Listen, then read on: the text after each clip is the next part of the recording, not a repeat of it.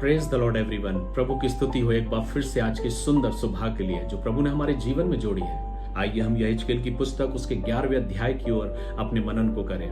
मेरे प्रियो, जैसे ही आप 11वें अध्याय को पढ़ते हैं तो यहाँ पर आप ये पाते हैं कि परमेश्वर यरूशलेम की भत्सरना कर रहा है। यहेजकेल जो है वो अपने आप को उस पूर्वी फाटक की ओर, जो भवन का पूर्वी फाटक है, उस ओर वो अपने आप को पाता है। परमेश्वर का वचन बताता है कि तब यहेजकेल कहता है कि तब आत्मा ने मुझे उठाकर यहोवा के भवन के पूर्वी फाटक के पास, जिसका मुंह पूर्वी दिशा की ओर है, पहुंचा दिया।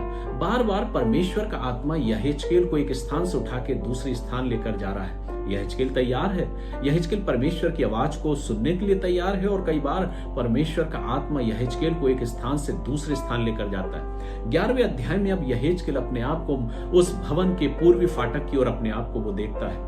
वहां पर परमेश्वर उससे फिर कुछ बातें करता है, और सबसे पहले, इससे पहले कि वो उससे बातें करे, उस फाटक के पास उसे 25 पुरुष दिखाई देते हैं। परमेश्वर उन 25 पुरुषों के बारे में यहेजकेल से कहता है, ये वे ही पुरुष हैं जिन्होंने इस नगर को, यरूशलेम को बुरी युक्तियों से और तमाम उन सब बुरी बातों से खराब किया है। और तब परमेश्वर का वचन कहता है कि हे मनुष्य की संतान, जो मनुष्य इस नगर में अनर्थ कल्पना और बुरी युक्ति करते हैं, वे ये ही हैं। परमेश्वर उन 25 लोगों की ओर अपने निर्देश को करता है, अपनी दिशा को दिखाता कि ये ही वे लोग हैं जिन्होंने इस नगर को बुराई में और अनर्थ युक्तियों में, अनर्थ कल्पनाओं में इनको फेर लाया है। इन्होंने निरंतर हमेशा इस नगर में और नगर के रहने वालों को गलत ही सिखाया है। और इस प्रकार से परमेश्वर वहां पर उनके विषय में कुछ कहता है, और फिर उसके बाद वचन कहता है कि परमेश्वर ये कहता कि तुम जान लोगे कि मैं यहोवा परमेश्वर हूं, क्योंकि तुम जो मन में सोचते हो वो गलत ही सोचते हो। और आगे जैसा कि वचन कहता है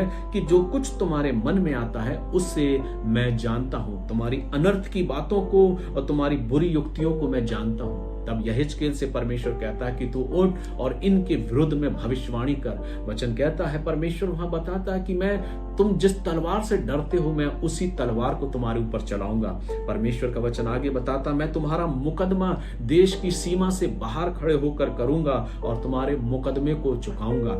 यानी कि परमेश्वर संपूर्ण रीति से यरूशलेम की ओर से अपने मुख को फेर लेना चाहता है, वो उसकी भत्सरना करता है। आगे वचन इस प्रकार से मुझे और आपको बताता है कि क्यों परमेश्वर ऐसा कर रहा है। परमेश्वर वहां पर वचन कहता है कि तब तुम जान लोगे कि मैं यहोवा हूं, तुम तो मेरी विधियों पर नहीं चले और मेरे नियमों को तुमने नहीं माना, परंतु अपने चारों ओर की जातियों की रीति पर चलते रहे हो। परमेश्वर उन सब बातों से नाराज है जो परमेश्वर को प्रिय नहीं, क्योंकि वो जीवित परमेश्वर है।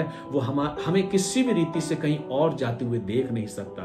इसलिए वो कहता है कि तुमने मेरे नियमों को नहीं माना। इस प्रकार से इस पूरे अध्याय का जो वृत्तांत हमें कुछ ऐसा मिलता है कि यहेजकेल उस दर्शन को देखता है, और 11वें अध्याय के अंतिम पदों में वो उस दर्शन की बातों को देखता है, और उसके बाद जैसे ही वो अपने आप को पाता है तो वो क्या देखता है कि खुद को बेबीलोन में वो पाता है, उन बंधुआई के लोगों के बीच में अपने आप को वो पाता है। लेकिन जो बात मैं यहाँ आपको बताना चाहता हूँ कि बार बार परमेश्वर यहेजकेल को आत्मा में उठाता है, एक स्थान से दूसरे स्थान की ओर ले जाता है। यहेजकेल सतर्क है, तत्पर तैयार है परमेश्वर की आवाज को सुनने के लिए, अपने कान को परमेश्वर की आवाज की ओर लगाए है, परमेश्वर से बातें करने के लिए वो तैयार है, और इसलिए परमेश्वर से बातें भी करता है। हम और आप कितने तैयार होते हैं परमेश्वर की आवाज को सुनने के लिए। यहेजकेल से हमें सीखने की जरूरत है। यहाँ पर जो बात हमें सीखने को मिलती है, जिस निष्कर्ष पर हम पहुंचते हैं कि हम सतर्क और सजग रहें, क्योंकि परमेश्वर हमारे मन की युक्तियों को और हमारे मन की बातों को जानता है। क्योंकि वचन कहता है वो परमेश्वर है, ताकि तुम जान लोगे कि मैं यहोवा परमेश्वर हूं। जो कुछ तुम्हारे मन में आता है मैं उससे जानता हूं। अपने जीवन को जब हम जीते तो बड़ी सतर्कता के साथ जिए, क्योंकि परमेश्वर जानता है। अक्सर हम ये चाहते हैं कि परमेश्वर से हम आशीष की बातें सुने, लेकिन जब हमारा जीवन गलत ओर चला जाता है और गलत राहों में जब हम जाते हैं, जो परमेश्वर को नहीं भाता वो हम करने लगते हैं, तब परमेश्वर हमारे जीवन में आशीष नहीं पर अपने क्रोध की बातें करता, अपने दंड की बातें करता है। ऐसे समय में हमें क्या करना मेरे प्रियो? परमेश्वर का वचन हमें सिखाना चाहता है कि हम अपने आप को एक ऐसे जीवन में आगे बढ़ाएं जो परमेश्वर का मार्गदर्शन है, परमेश्वर की अगुवाई में है, और वो है जो उसको भाता है। क्या हम अपने आप को तैयार कर पाए? आज आवश्यकता है कि हम और आप अपने जीवन में यहेजकेल के समान अपने जीवन को परमेश्वर की आवाज को सुनने के लिए तैयार रहें। वो मन में विचार करें जो परमेश्वर को भाता हो, जो दूसरों की उन्नति के लिए हो। जो हमारे जीवन को पवित्र बना सके। ऐसा ना हो कि परमेश्वर का आत्मा जैसे मंदिर में से उठ गया था, कहीं हमारी जिंदगी में से भी ना उठ जाए, क्योंकि ये शरीर भी परमेश्वर का मंदिर है और उसका आत्मा हमारे अंदर है। आवश्यक क्या है मेरे प्रियो कि मुझे और आपको ये पुस्तक, ये 11वां अध्याय सिखाता है कि मैं अपने जीवन में सतर्क और सजग रहूं, कहीं ऐसा ना हो कि परमेश्वर मेरे विरुद्ध में खड़ा हो जाए। क्या आप और हम ये चाहेंगे कि परमेश्वर मेरे विरुद्ध में खड़ा हो? अगर स्वर्ग का परमेश्वर मेरे विरुद्ध में खड़ा हो गया तो कौन हमारी तरफ से पैरवी करेगा? इसलिए कोशिश करें, प्रयास करें, अपने कानों को प्रभु के वचन की ओर लगाएं, अपने ध्यान को प्रभु की ओर करें, अपनी जिंदगी को एक ऐसा जीवन जिए जो प्रभु को भाने वाला हो सके, ताकि प्रभु हमारे और आपके जीवन को देखकर आनंदित हो और मुझे और आपको आशीष दे। और फिर जब भी वो मुझे तैयार करे, हम उसकी आवाज को सुने और परमेश्वर मुझे आत्मा में बातें करे और आत्मा में उठा के मुझे उन तमाम बातों को बताए जो शायद मैंने कभी कल्पना नहीं करी।